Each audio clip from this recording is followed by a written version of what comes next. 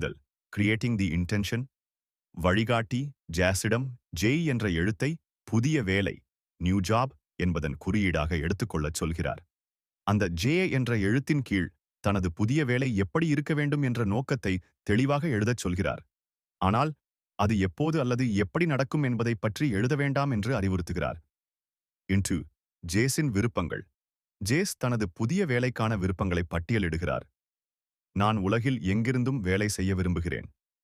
எனது பழைய வேலையில் சம்பாதித்த அதே அளவு அல்லது அதற்கும் அதிகமான பணம் சம்பாதிக்க வேண்டும். 6 மாதம் முதல் 1 வருடம் வரை நான் விரும்பும் சுயாதீனமான ஒப்பந்தங்களில் இண்டிபெண்டன்ட் கான்ட்ராக்ட்ஸ் வேலை செய்ய வேண்டும். நான் செய்யும் வேலையை நான் நேசிக்க வேண்டும். நானே முதலாளியாக இருந்து என் சொந்த குழுவை வழிநடத்த வேண்டும். மூல் நோக்கத்தை ஒரு குறியீட்டுடன் இணைத்தல். இப்போது உங்களிடம் தெளிவான நோக்கம் உள்ளது.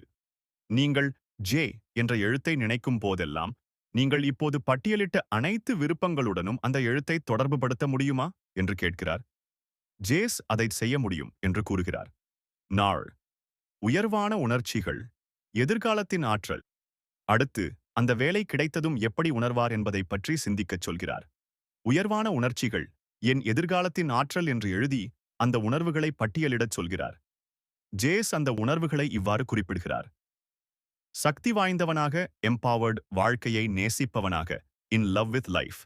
சுதந்திரமாக, ஃப்ரீ, நன்றியுடன், கிரேட்ஃபுல். 5 புதிய ஆற்றலை பிரபஞ்சத்தில் ஒளிபரப்புதல்.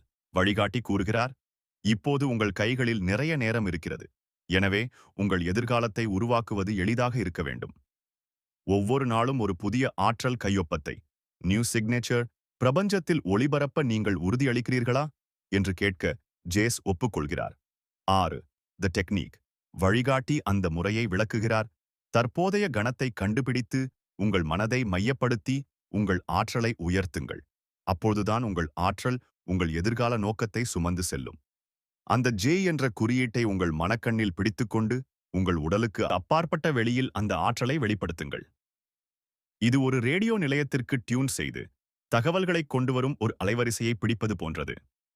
முடிவுரை, நீங்கள் எவ்வளவு நேரம் உங்கள் எதிர்காலத்தின் ஆற்றலில் கவனம் செலுத்துகிறீர்களோ அந்த அனுபவத்தை நீங்கள் ஈர்ப்பதற்கான வாய்ப்பு டிடி அதிகம். எனவே ஒவ்வொரு நாளும் உங்கள் எதிர்காலத்தின் ஆற்றலுடன் உங்களை இணைத்துக் கொள்ளுங்கள். நீங்கள் பிரபஞ்சத்தில் எதை ஒளிபரப்புகிறீர்களோ அதுவே உங்கள் விதியுடனான பரிசோதனை. உங்கள் ஆற்றலும் அந்த சாத்தியக்கூறின் ஆற்றலும் பொருந்தும்போது அது உங்களை தேடி வரும். இறுதியில் வழிகாட்டி